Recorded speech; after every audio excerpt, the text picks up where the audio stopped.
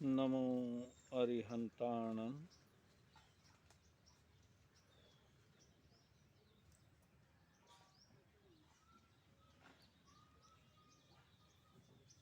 हम सभी के आदर्श पुरुष भारत रत्न डॉक्टर भीमराव अंबेडकर,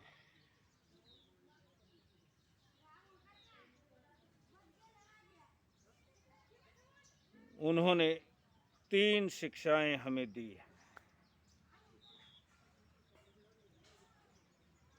सीखा, संगठित हुआ और संघर्ष करा। यानी सीखो, अध्ययन करो, शिक्षित बनो और संगठित एक संगठन के रूप में अपनी शक्ति को पैदा करो और फिर अन्याय अत्याचार के विरुद्ध संघर्ष करो।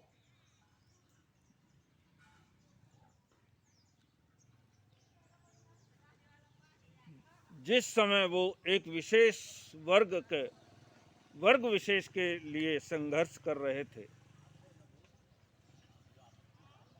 उस वर्ग में उस समय शिक्षा की बहुत कमी थी और शिक्षा के बिना कोई भी समाज आगे नहीं बढ़ सकता। शिक्षा ये हमारी आत्मा है। जैसे आत्मा के बिना इस शरीर की कोई गतिविधि नहीं होती, ऐसे ही शिक्षा के बिना हमारे जीवन का कोई प्रगति का रास्ता नहीं होता। सीखा, शिक्षण प्राप्त करो और फिर संगठित होकर के, क्योंकि अकेला चना भाड़ नहीं फोड़ सकता, संगठित हो जाओ। पहले जान लो शिक्षण के द्वारा और फिर संगठित होकर के संघर्ष करो अन्याय और अत्याचार के विरुद्ध। यही बात हम श्रेणिक चरित्र के अंदर देख रहे हैं।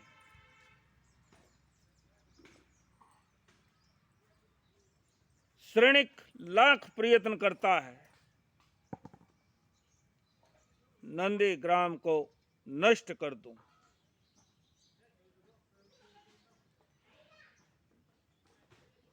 हम तो बहुत कुछ चाहते हैं,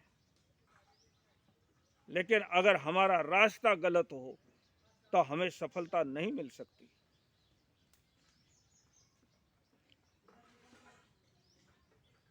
नंदीग्राम के अंदर श्रेणिक का ही पुत्र अभय कुमार अपनी माता नंदा के साथ रह रहा है और सारी की सारी समस्याओं का समाधान भी चुटकी बजाते करता है। नंदीग्राम वाले जब भी श्रेणिक उनके सामने कोई समस्या रखता है तो उसका समाधान ढूंढने के लिए, उसका निष्कर्ष निकालने के लिए अभय कुमार के पास ही दौड़े हुए चले आते हैं।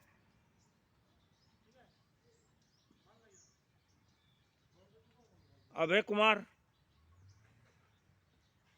सारे गांव वालों के लिए रक्षा कवच बना हुआ है। श्रेणिक भी उसकी बुद्धि के सामने पराजित होता जा रहा है, लेकिन अहंकार में भरा हुआ श्रेणिक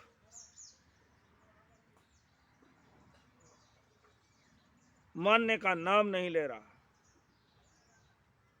एक से एक समस्याएं उनके सामने रखता है। किसी तरह से मैं इस नंदीग्राम को उजाड़ करके नष्ट कर दूं।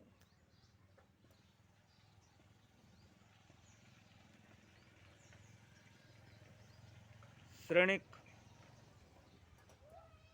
उनके सामने एक समस्या रखता है कि बिना अग्नि के खीर, हमें खीर खाने का मन है, खीर खानी चाहिए, लेकिन हमारा व्रत है कि हम बिना अग्नि की सहायता के खीर खाएं। और ये काम नंदी गांव वालों को करना है। अगर नहीं किया तो उसका दंड भुगतने के लिए भी तैयार रहें। जब तुम्हारे पास सत्ता हो तो उस समय तुम कुछ भी कर सकते हो, लेकिन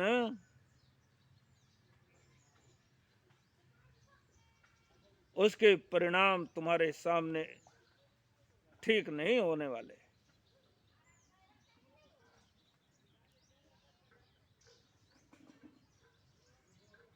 मुझे इस नंदी ग्राम को नष्ट करना है, बस एक ही धुन सवार है। जब अहंकार जागता है तो बुद्धि कुंठित हो जाती है। जब अहंकार जागता है तो हमारी नजरें जो देखना चाहिए वो नहीं देख पाती। हमारी भाषा बदल जाती है। हमारे चलने फिरने का, उठने बैठने का ढंग बदल जाता है। श्रेणिक ने नंदीग्राम वालों के सामने अपना संदेशा भिजवा दिया कि हमें खीर खानी है, लेकिन खीर बिना अग्नि की सहायता के बनी होनी चाहिए। श्रेणिक सोचता है, अब देखता हूं नंदीग्राम वालों को, ये कैसे जागते हैं, ये कैसे समाधान करते हैं।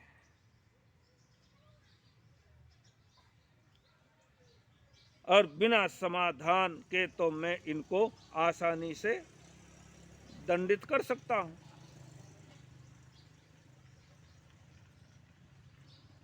सोच रहा है,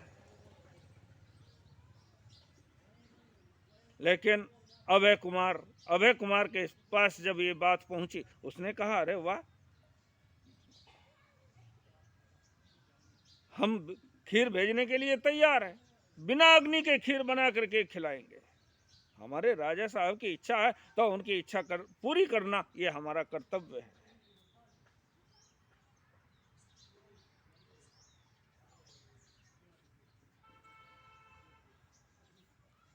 आप भी सोच रहे होंगे ये कैसे संभव है, लेकिन असंभव दुनिया के अंदर कुछ भी नहीं होता। बड़ी आसानी सी बात, बहुत आसान, लेकिन जब तक हमारे पास उसका समाधान निकालने की बुद्धि ना हो तब तक हमारे लिए वो पहाड़ सी लगती है। उसने कहा, हम खीर भेज देते हैं। समय पर वो खीर मंगाने के लिए श्रेणिक का संदेशा आया और अभय कुमार ने वो, आप जानते होंगे ना, कलई, चूना, जो हम पुराने लोग, आजकल तो तरह तरह के पेंट आ गए हैं घरों को सजाने के लिए। पहले घरों की दीवारों पर चूना लगाया जाता था। वो चूना मंगाया और चूना मंगा करके एक ढेरी लगाई, उसके ऊपर पतीली रखी, उसमें दाल, ये चावल, दूध वगैरह जो भी मीठा डालना था वो डाल दिया और उस ढेरी के ऊपर रख दी। आप जानते होंगे ना, अगर प्लास्टिक का कोई बर्तन उसके ऊपर रख दिया जाए तो वो जल जाता है चूने से। चूना इतना गर्म होता है, अगर उस समय उसके अंदर हाथ लग जाए तो हाथ जल जाता है। अब अग्नि तो नहीं जलाई गई, वो चूने की ढेरी लगाई, उसके ऊपर थोड़ा थोड़ा पानी छिटकता रहा और पतीली रख करके वो खीर बनाता रहा। देखते देखते खीर तैयार हो गई। बहुत सी जगह ऐसे पानी के कुंड हैं जिनके अंदर कपड़े में चावल बांध करके उस पानी के अंदर, कुंड के अंदर डाल दिए जाए तो वो चावल पक जाते हैं। इतना गर्म पानी है। वहां पर भी अग्नि तो कोई नहीं जलाई गई, वो स्वाभाविक है, प्राकृतिक है, क्योंकि उसमें गंधक का प्रमाण बहुत ज्यादा होता है।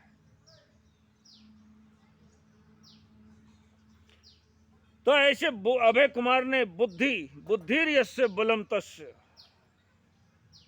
निर्बुद्धि कुतो बलम, बुद्धिहीन तो सिर्फ जिंदगी भर माथा धुनते हैं।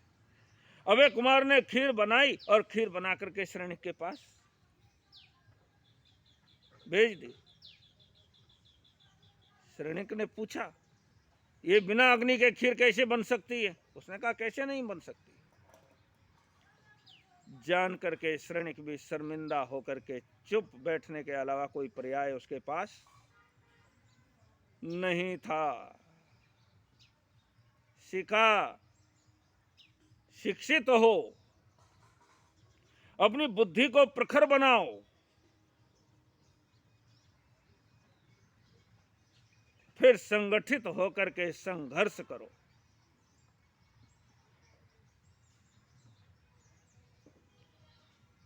श्रेणिक अहंकार इतनी जल्दी नहीं मरता।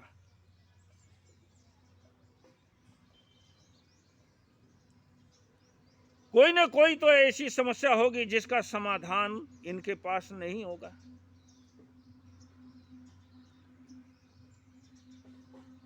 एक आदमी को जाते हुए उसने देखा जिसकी एक आंख खराब हो गई थी। एक आंख का काना था। उस आदमी को देख करके श्रेणिक बड़ा प्रसन्न हो गया, ये आदमी मेरे काम का हो सकता है। उसने उस आदमी को बुलाया और बुला करके कहने लगा, भाई तू मेरा एक काम कर, तो नंदी ग्राम के अंदर जाकर के ऐसी ऐसी बात कर दे, तुझे मैं मुंह मांगा इनाम दे दूंगा अगर तू इस काम में सक्सेस हो गया तो। उसने कहा ठीक है। इनाम का लालच तो किसी को भी कुछ भी करवा लेता है।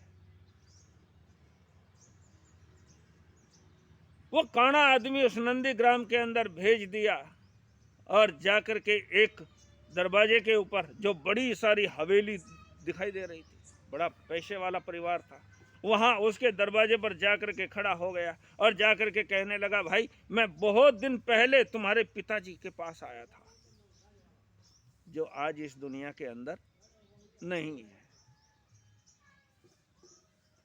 उनके पास मैंने अपनी एक आंख गिरवी रखी थी क्योंकि उस समय मुझे पैसे की जरूरत थी, इसलिए मैंने वो एक आंख उनके पास गिरवी रख दी थी। अब मेरे पास पैसा है, वो पैसा मैं तुम्हारे को लौटा करके अपनी आंख छुड़ाने के लिए आया हूं। अब वो पैसा ले लो और मेरी आंख मुझे, क्योंकि तुम्हारे पिताजी गिरवी का धंधा करते थे,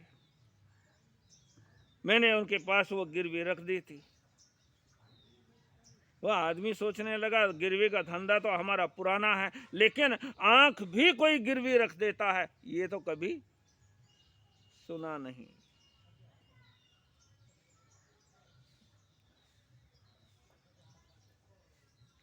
बेचारे रोते पीटते चले गए अभय कुमार के पास। एक ही तो गांव के अंदर तारणहार था।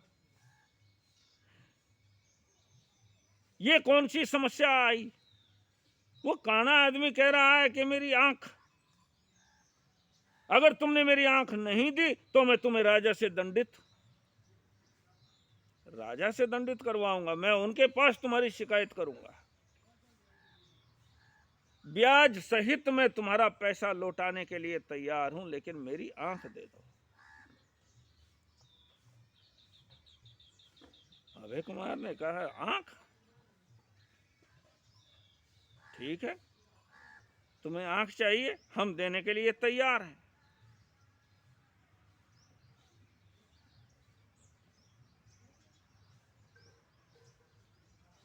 वो आदमी भी सोचने लगा, ये गजब की बात हो गई, ये कहां से आंख देंगे? मन के अंदर सोच रहा है, इसका समाधान कैसे निकलेगा? जानता तो वो भी था कि आंख गिरवी नहीं रखी जाती,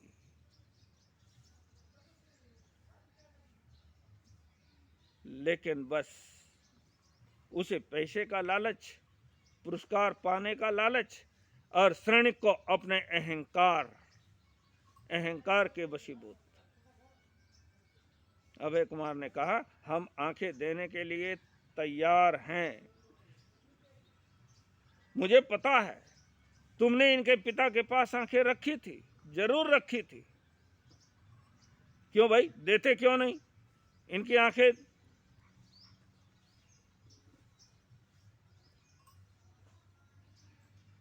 वो व्यक्ति भी सोचने लगे, आंख मैं कैसे, कहां से दूं? मेरे पास कहां है आंखें? अभय कुमार ने कहा, है तुम्हारे पास आंखें, और इनकी आंखें लौटा दो। अगर तुमने नहीं लौटाई तो तुम्हें दंडित किया जाएगा। ये तो अभय कुमार ही अपने ऊपर आ गया। जो रक्षा कवच बना हुआ था वही इस तरह की बात कर रहा है, दंडित किया जाएगा।